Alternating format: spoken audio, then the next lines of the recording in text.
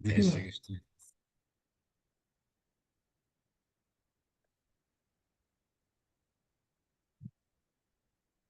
சொல்றீங்களா சார்? நான் முதல்ல ஆர்த்தி போடலையா? ஓகே. பாபா ஆர்த்தி. जय श्री कृष्ण सर। जय श्री कृष्ण மா. जय श्री कृष्ण.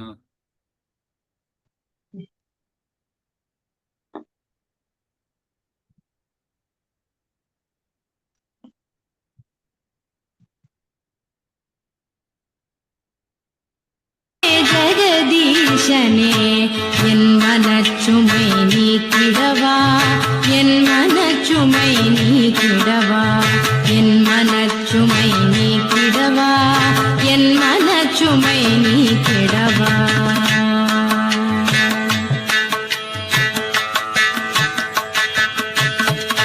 மற்றொரு தயிர் போல் மனம் கலங்கினேன் மானும் அழுவும் ஏந்தியவா, மற்றொரு தயிர் போல் மனம் கலங்கினேன் மானும் அழுவும் ஏந்தியவா.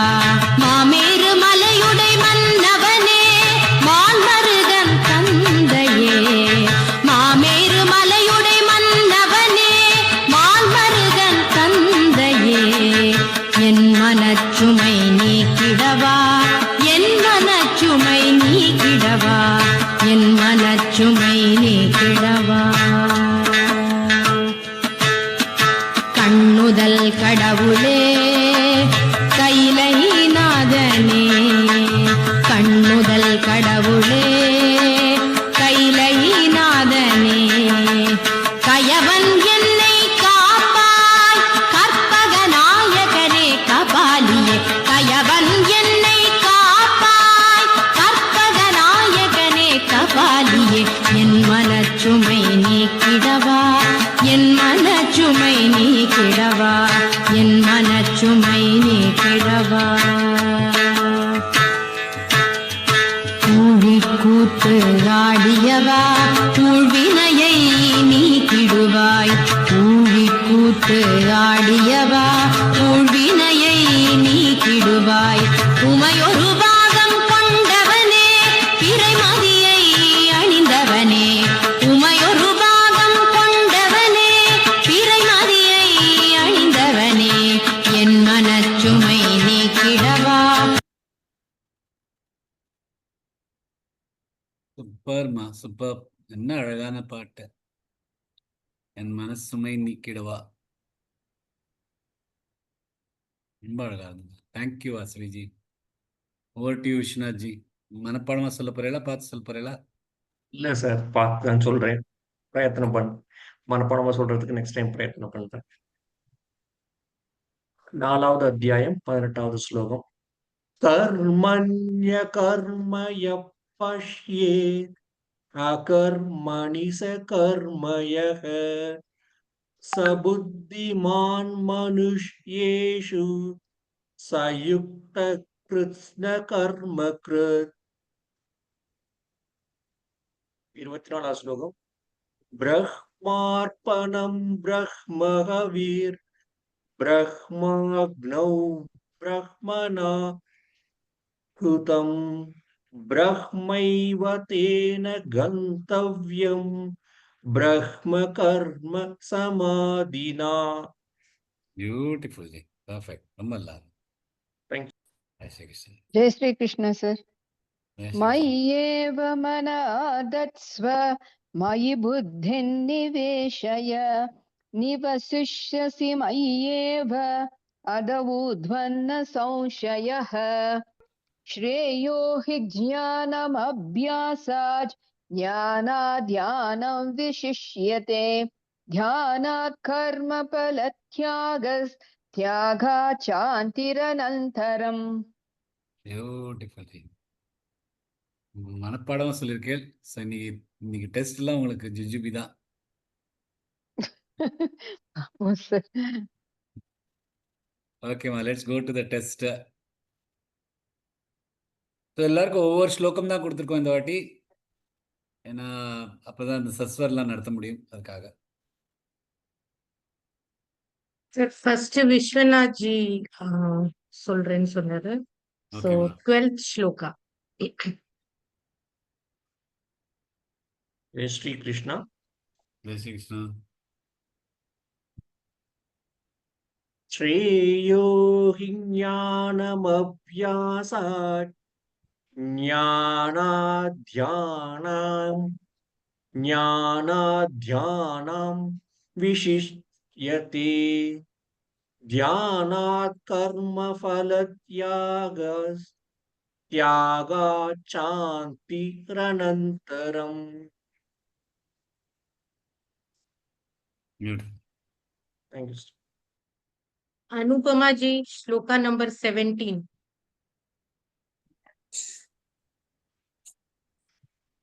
यो न रुष्यति न द्वेष्टि न शोचति न काङ्क्षति शुभाशुभपरित्यागी भक्तिमान्यः स मे प्रियः.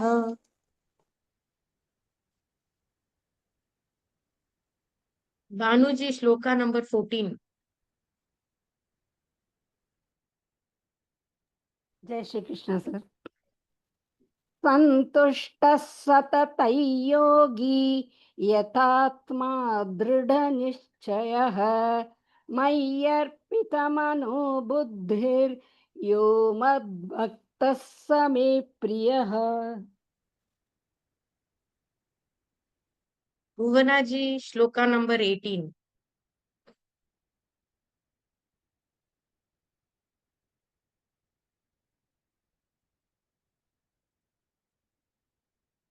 Bhuvana ji, சொல்றீங்களா? Sorry ma. समशत्रौ च मित्रे च तथा मानापमानयोः शीतोष्णसुखदुःखेषु समसङ्गविवर्जितः. Deepa ji, 10th shloka.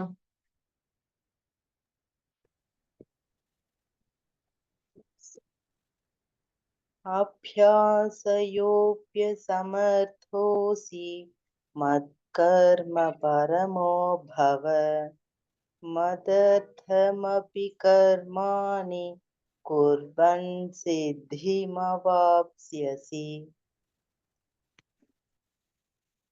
Jaya ji, 4th shloka.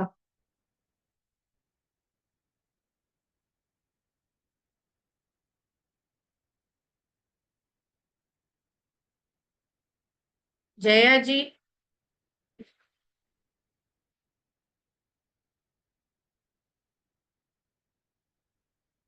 Jaya ji, சொல்றீங்களா? மியூட் எடுக்கல. சாரி அது எடுக்கல. ஜெய் ஸ்ரீ கிருஷ்ண சார். சந்நியம் ஏந்திரியக்ராமம் சர்வத்ர சமபுத்தயः ते प्राप्नुवन्ति मामेव सर्वभूतहिते रताः. जय श्री कृष्ण सर. Jayanti ji, 16th.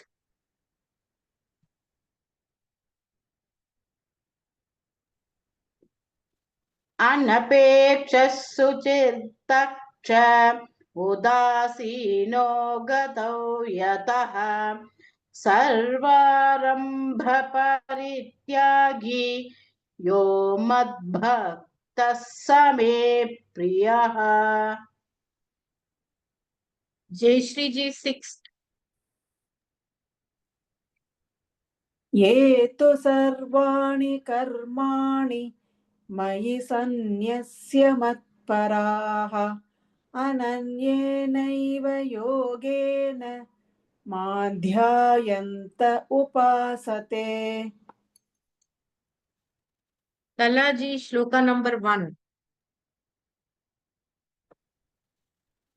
अर्जुन उवाच एवं सततयुक्ता ये भक्ता स्वां पर्युपासते ये चाप्यक्षरमव्यक्तं तेषां के योगवित्तमाः.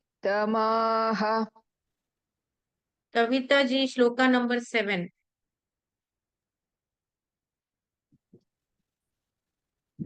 जय श्री कृष्ण. तेषामहं समुत्थितो तत्ता मृत्युसंसारसागरात् भवामि न चिरात् पार्थ मय्यावेशितचेतसाम्. Raji ji, shloka number 5. Yeah. क्लेशोऽधिकतरस्तेषाम् अव्यक्तासक्तचेतसाम् अव्यक्ता हि गतिर्दुःखम् देहवद्भिरवाप्यते. Rama ji, shloka number 8. जय श्री कृष्ण. मय्येव मन आदस्व मयि बुद्धिं निवेशय निवशिष्यसि मय्येव अद ऊर्ध्वन्न संशयः. जय Shri Krishna. Maithili ji, shloka number 15. माप्नोद्विजते लोको लोकान्नोद्विजते सयः हर्षामर्षभयोद्वेगै मुक्तो यः स च मे प्रियः. Sheila ji, shloka number 9.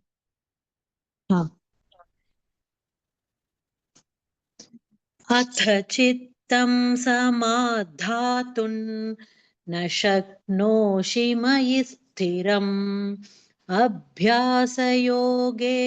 ततो मामिच्छाप्तुं धनञ्जय. Supashri ji, 13. अद्वेष्टा सर्वभूतानां मैत्रः करुण एव च निर्ममो निरहङ्कारः समदुःखसुखक्षमी. Uma ji, 19. तुल्यनिन्दास्तुतिर्मौनी सन्तुष्टो येन केनचित् अनिकेतस्थिरमतिर् भक्तिमान् मे प्रियो नरः. Vasavi ji, 3rd shloka. जय Shri Krishna ji. Jai Shri Krishna.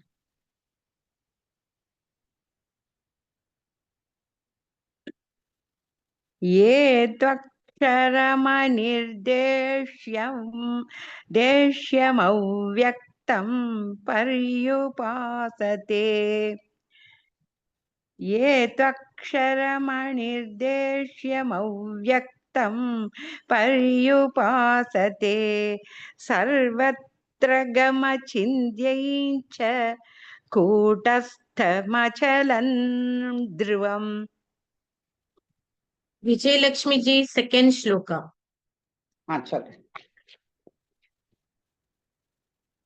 Shri भगवानुवाच मय्यावेश्य मनो ये मान् नित्ययुक्ता उपासते श्रद्धया परयोपेतास्ते मे युक्ततमा मताः. Balasubramanian ji, 11th.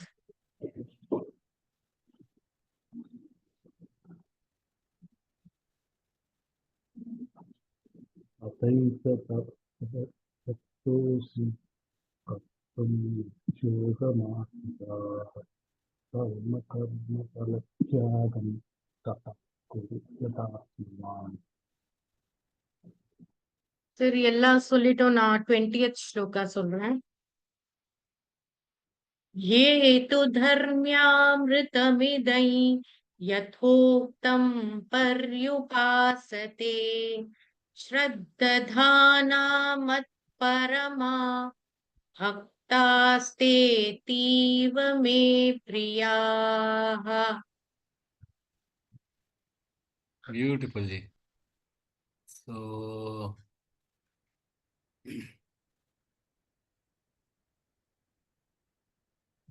இன்னைக்கு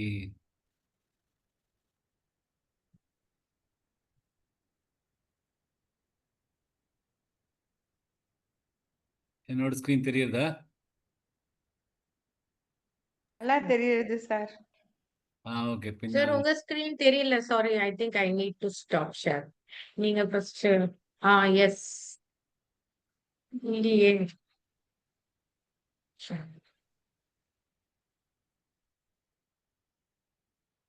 தெரியலையா? தெரியுது சார். ஓகே.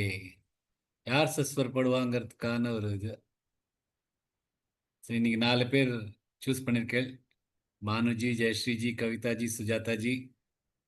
கவிதாஜி இல்லைல்ல, இன்னைக்கு இல்ல. கவிதாஜி நாளைக்கு சொல்லியிருக்காங்கல்ல சார்? இன்னைக்கு இல்ல சார்.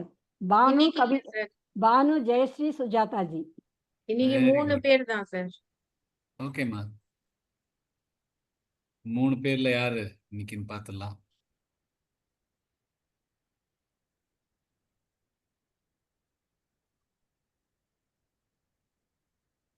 ஜெயஸ்ரீஜி.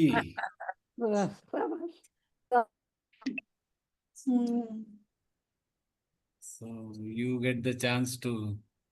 ஜெயஸ்ரீஜி பார்க்காம சொல்றேல. ட்ரை பண்றேம்மா. ஸ்கிரீன் நான் வேணா ஷேர் பண்றேன், பண்ண பிரச்சனை இல்லை. எங்கேயாவது ஸ்டக் ஆச்சுன்னா நீங்க எடுத்துக்கிடுங்க.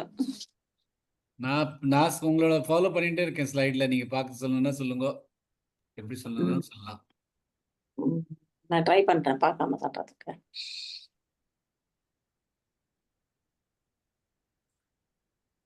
ஓம் ஸ்ரீ பரமாத்மனே நமः. श्रीमद्भगवद्गीता अथ 12ोऽध्यायः। अर्जुन उवाच एवं सततयुक्ता ये भक्तास्त्वां पर्युपासते ये चाप्यक्षरमव्यक्तं तेषां के योगवित्तमाः। श्रीभगवानुवाच मय्यावेश्य मनो ये मां नित्ययुक्ता उपासते श्रद्धया परयोपेतास्ते मे युक्ततमा मताः। ये त्वक्षरमनिर्देश्यमव्यक्तं पर्युपासते सर्वत्र गमचिन्त्यं च कूटस्थमचलं ध्रुवं सन्नियं येन्द्रियग्रामं सर्वत्र समबुद्धयः ते प्राप्नुवन्ति मामेव सर्वभूतहिते रताः। क्लेशोऽधिकतरस्तेषाम् अव्यक्ता सक्तचेतसाम् अव्यक्ता हि गतिर्दुःखं देहवद्भिरवाप्यते ये तु सर्वाणि कर्माणि मयि सन्न्यस्य मत्पराः अनन्येनैव योगेन मां ध्यायन्त उपासते तेषामहं समुद्धर्ता मृत्युसंसारसागरात् भवामि न चिरात् पार्थ मय्यावेशितचेतसाम् मय्येव मन आधत्स्व मयि बुद्धिं निवेशय निवसिष्यसि मय्येव अत ऊर्ध्वन्न संशयः अथ चित्तं समाधातुं न शक्नोषि मयि स्थिरम् अभ्यासयोगेन ततो मामिच्छाप्तुं धनञ्जय अभ्यासेऽप्यसमर्थोऽसि मत्कर्म परमो भव मदर्थमपि कर्माणि कुर्वन् सिद्धिमवाप्स्यसि अथैतदप्यशक्तोऽसि कर्तुं मद्योगमाश्रितः सर्वकर्मफलत्यागं ततः कुरु यतात्मवान् श्रेयो हि ज्ञानमभ्यासात् ज्ञानाध्यानौ विशिष्यते ध्यानात् कर्मफलत्यागात् शान्तिरनन्तरम् अद्वेष्टा सर्वभूतानां मैत्रः करुण एव च निर्ममो निरहङ्कारः समदुःखः सुखः क्षमी सन्तुष्टः सततं योगी यतात्मा दृढनिश्चयः मय्यर्पितमनो बुद्धिर्यो मद्भक्तः स मे प्रियः यस्मान्नो द्विचते लोको लोकान्नो द्विजते च यः हर्षामर्षभयोद्वेगैर्मुक्तो यः स च मे प्रियः अनपेक्षशुचिर्दक्ष उदासीनो गतव्यतः सर्वारम्भपरित्यागी यो मद्भक्तः स मे प्रियः यो न हृष्यति न द्वेष्टि न शोचति न काङ्क्षति शुभाशुभ परित्यागी भक्तिमान्यः स मे प्रियः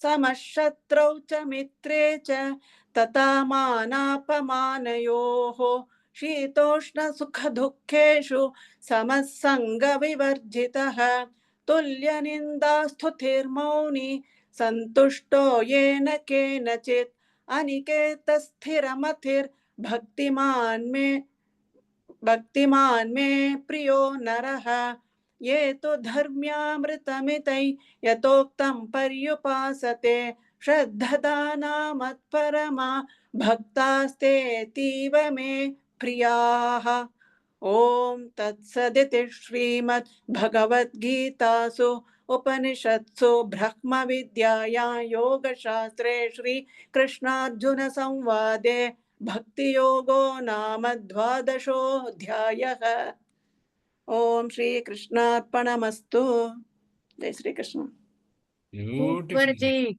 super super super. Well done Jayashri அப்பா எப்படி மனப்பாடமா சான்ஸே இல்ல. Thank you sir. நிஜமாவே அப்ப கூட கொஞ்சம் கொஞ்சம் ஸ்டக் ஆயிடுது. இல்ல இல்ல எங்க அதெல்லாம் ஒண்ணுமே இல்ல. சூப்பர் சூப்பர் பா wonderful wonderful wonderful god bless you Jayashreeji. இந்த மாதிரி ஸ்லோகம் சொன்னது நிஜமாவே ரியலி டச்ட். எவ்வளோ அழகா சொன்னேன். ரொம்ப beautiful. Really thank you sir. Thank you thank you. தெரியல எல்லாம் கிருஷ்ணாவோட இதுதான், கிருப்பை தான், உங்களோட ட்ரைனிங் தான் சார். எல்லாம் எல்லாம் பகவானோட கிருப்பை தான். அது நிலைத்திருக்கும். ரொம்ப அழகா சொன்னார். அப்படியே டச் பண்ணிட்டேன். So we still have time for one more. ஸோ யார் நெக்ஸ்ட்னு பார்த்துடலாம்.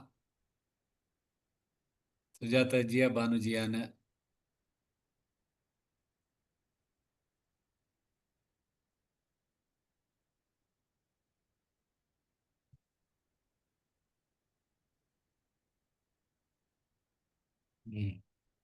பானுஜி உங்களுக்கு தான் chance. Thank you sir ji. Jai Shri Krishna. Jai Shri Krishna. பார்த்து சொல்ல போறீங்களா பார்க்காம சொல்ல போறீங்களா? சார் நான் ஏற்கனவே ஒழுங்கா சொல்வேன். இவங்க சொல்றத பார்த்தா எனக்கு பயமா இருக்கு. நான் பார்த்தே சொல்றேன். சரி. ஓம் வீடியோல வந்துக்கிறேன். பார்த்து தானே சொல்ல போறேன். ஓம் ஸ்ரீ பரமாத்மனே நமः. श्रीमद्भगवद्गीता अथ 12ोऽध्यायः। अर्जुन उवाच एवं सततयुक्ता ये भक्तास्त्वां पर्युपासते ये चाप्यक्षरमव्यक्तं तेषां के योगवित्तमाः। श्रीभगवानुवाच मय्यावेश्य मनो ये मां नित्ययुक्ता उपासते श्रद्धया परयोपेतास्ते मे युक्ततमा मताः।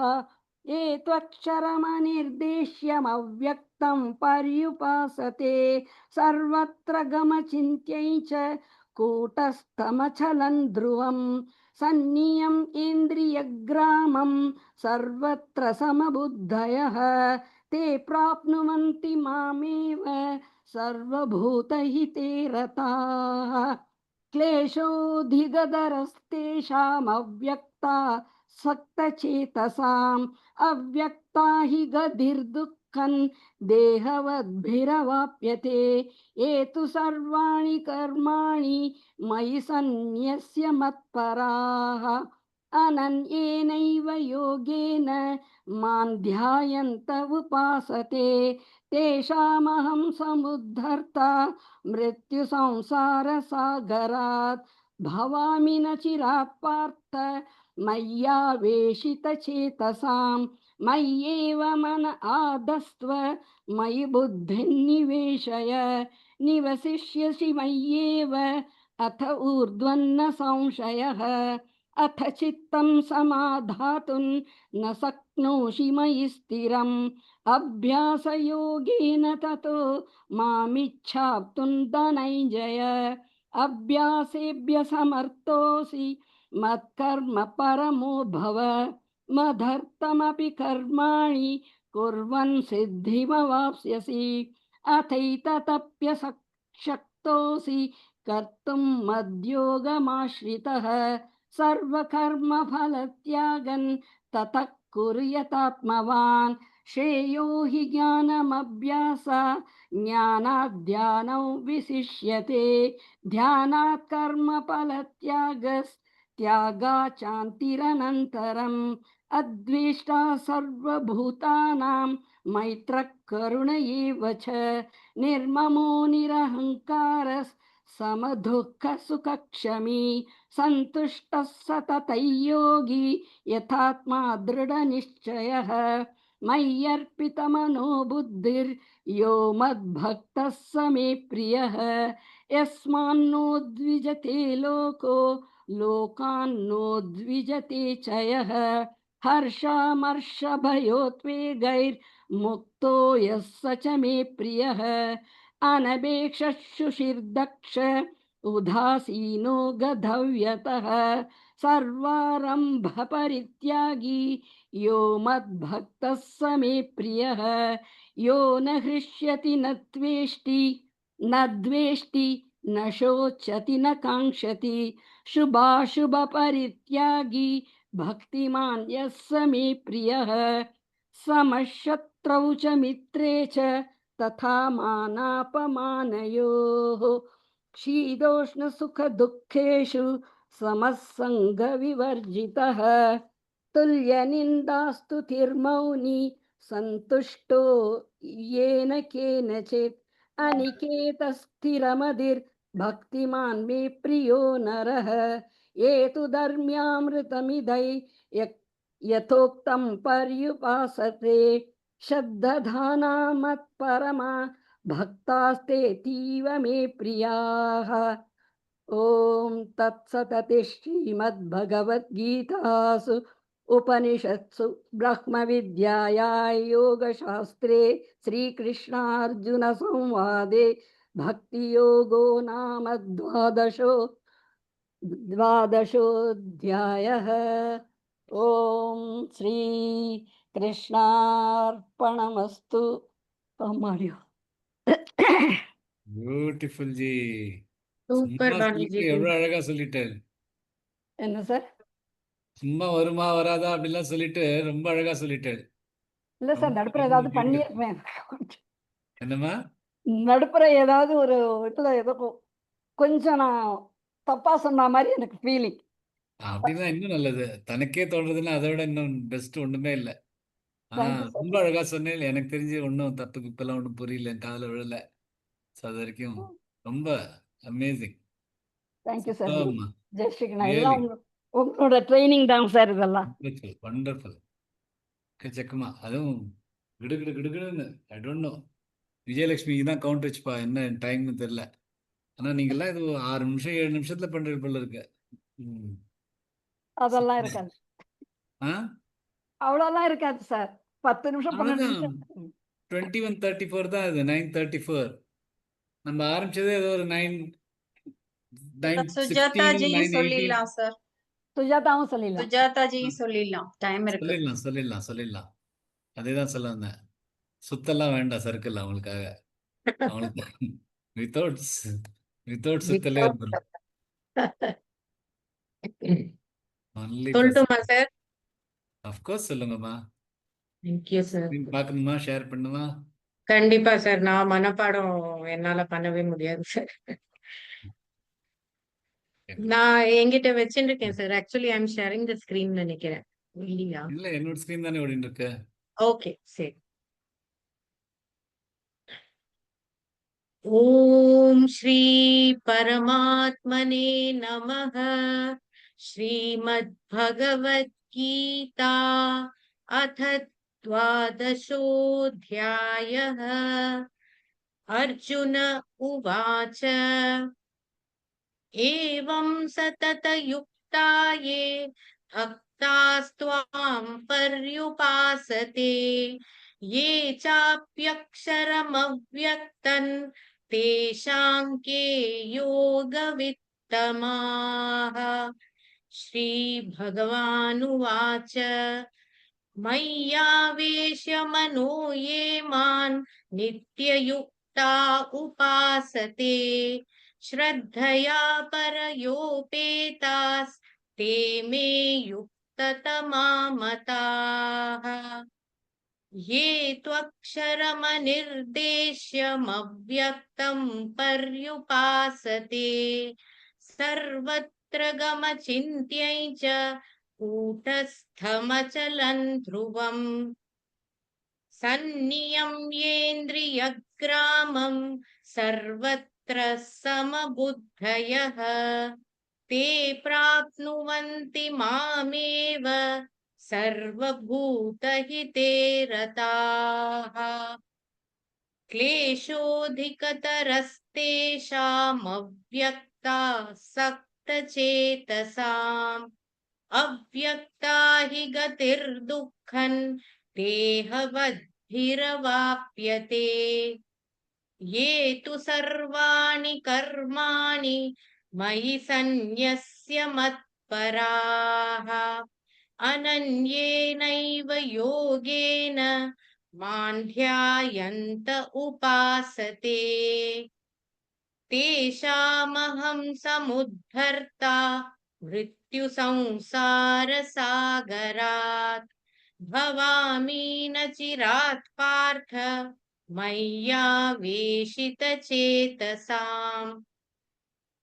मय्येव मन आधत्स्व मयि बुद्धिं निवेशय निवसिष्यसि मय्येव अत ऊर्ध्वन्न संशयः।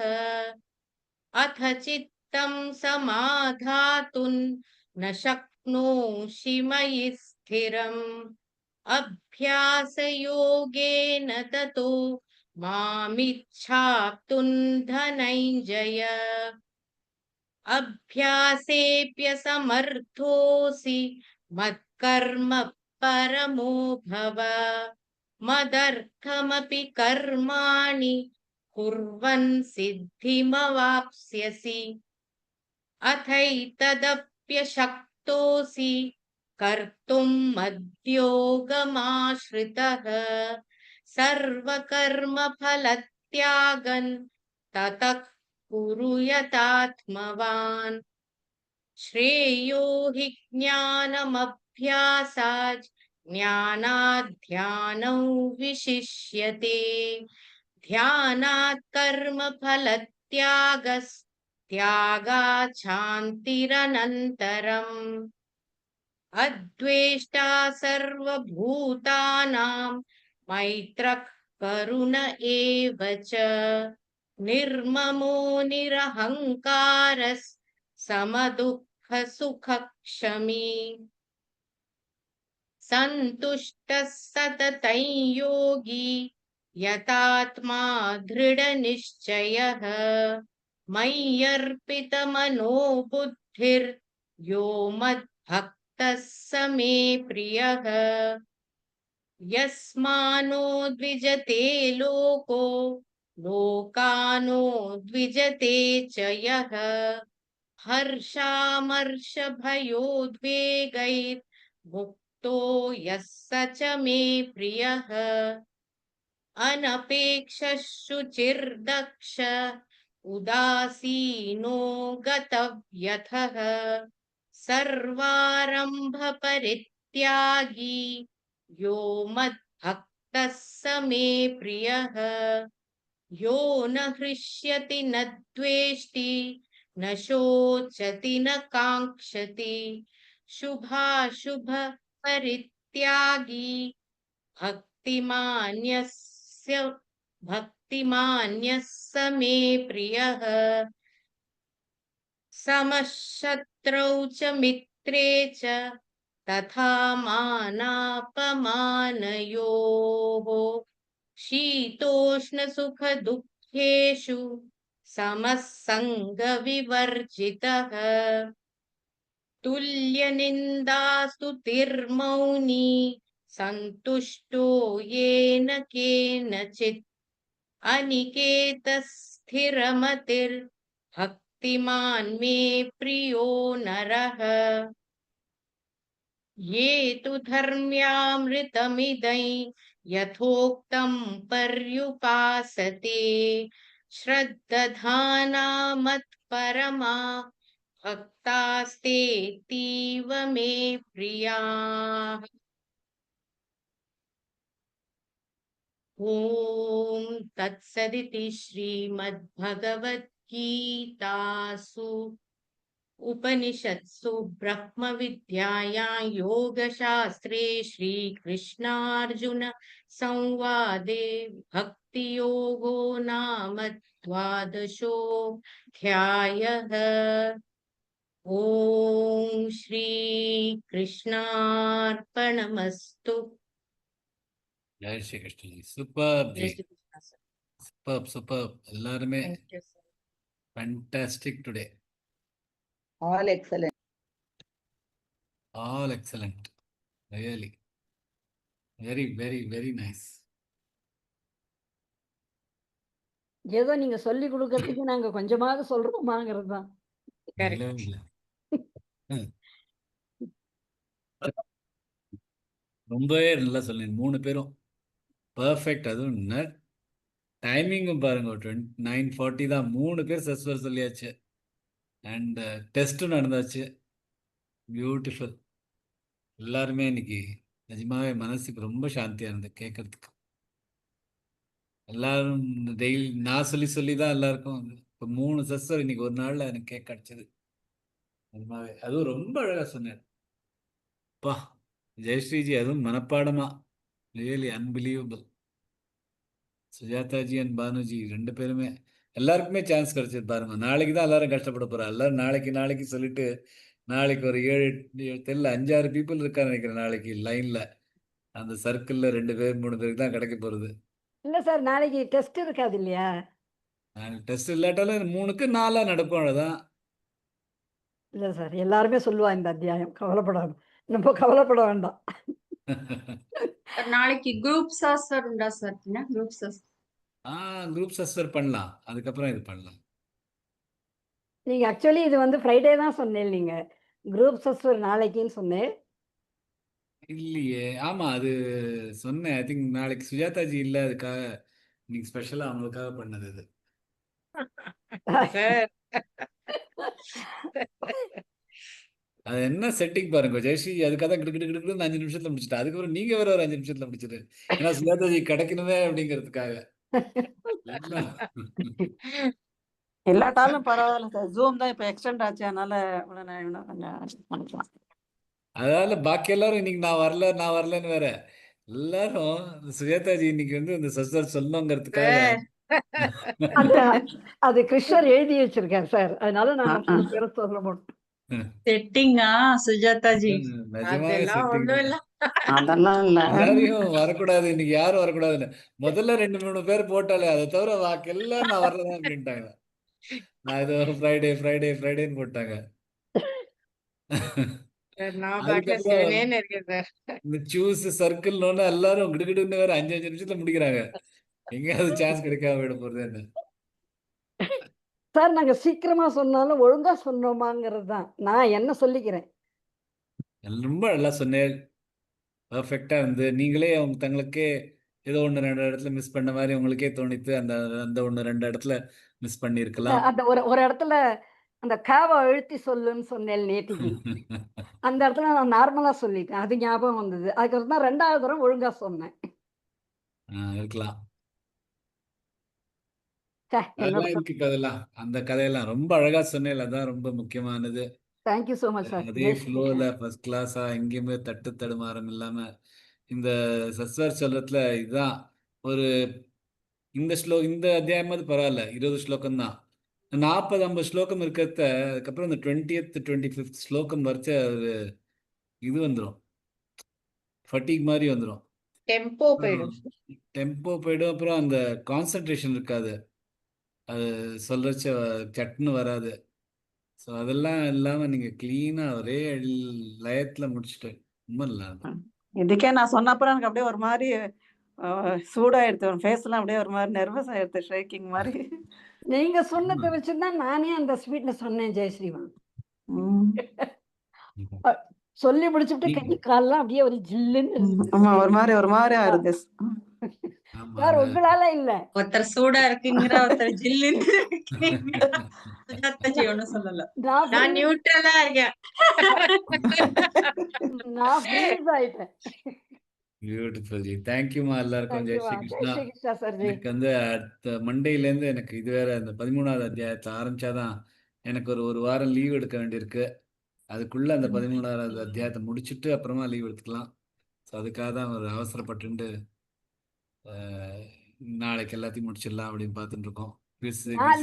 3 ஸ்லோகத்துக்கு பதிலா 4 எடுக்கணும் சார், மீனிங் நிறைய இல்லைன்னா. புரியல.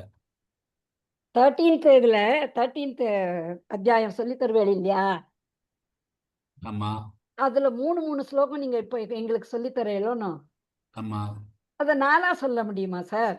அதெல்லாம் அப்ப நீங்க தூங்கி போயிடுவேல, நான் மட்டும் சொல்லிட்டு இருக்கணும். அதெல்லாம் தூங்க மாட்டோம், எல்லாரும் வீடியோல வந்துடுறோம். 8:30 ஆரம்பிச்சிடலாம் சார் வேணா. சார் இல்ல இல்ல இல்ல, அவ்வளவுதான் இல்ல, கரெக்டா நான் எல்லாம் போட்டு வச்சிருக்கேன் கேலண்டர்லாம். ஓகே, நேற்றுக்கு தான் எல்லாரும் கேலண்டர் வேற அனுப்பிச்சிருந்தேன் உங்களுக்கு. எங்க போட்டிருந்தேன் கேலண்டர்?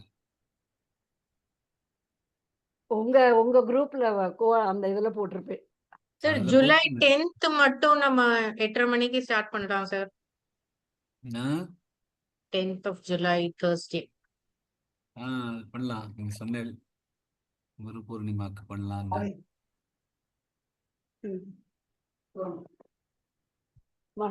இந்த மாதிரி இருக்கு நம்ம கேலண்டர், முழு கேலண்டர் போட்டு வச்சிருக்கேன். 4 மணிக்கு எங்க இங்கே படுத்து போறியா? சாப்பிட்டியா? சார் 8:30 மணிக்கு நீங்க ஆபீஸ்ல இருந்து சீக்கிரம் வந்துருங்க. 8:30 மணிக்கு சீக்கிரம் வர மாட்டேன், 6:30 மணிக்கு சீக்கிரம் வரேன். இல்ல கிளாஸுக்கு சீக்கிரம் வந்துருங்க 8:30 மணிக்குன்னு சொன்னேன், சுஜாதா சொன்னாங்க. வரேன். அது இந்த மாதிரி தான் பார்க்கறதுக்கு பார்த்தோம்னா ஆல்மோஸ்ட் எண்ட் ஆஃப் டிசம்பர் வரைக்கும் போறது, 18 அத்தியாயங்கள். நான் என்னோட செப்டம்பரை பாத்துக்கிறேன்.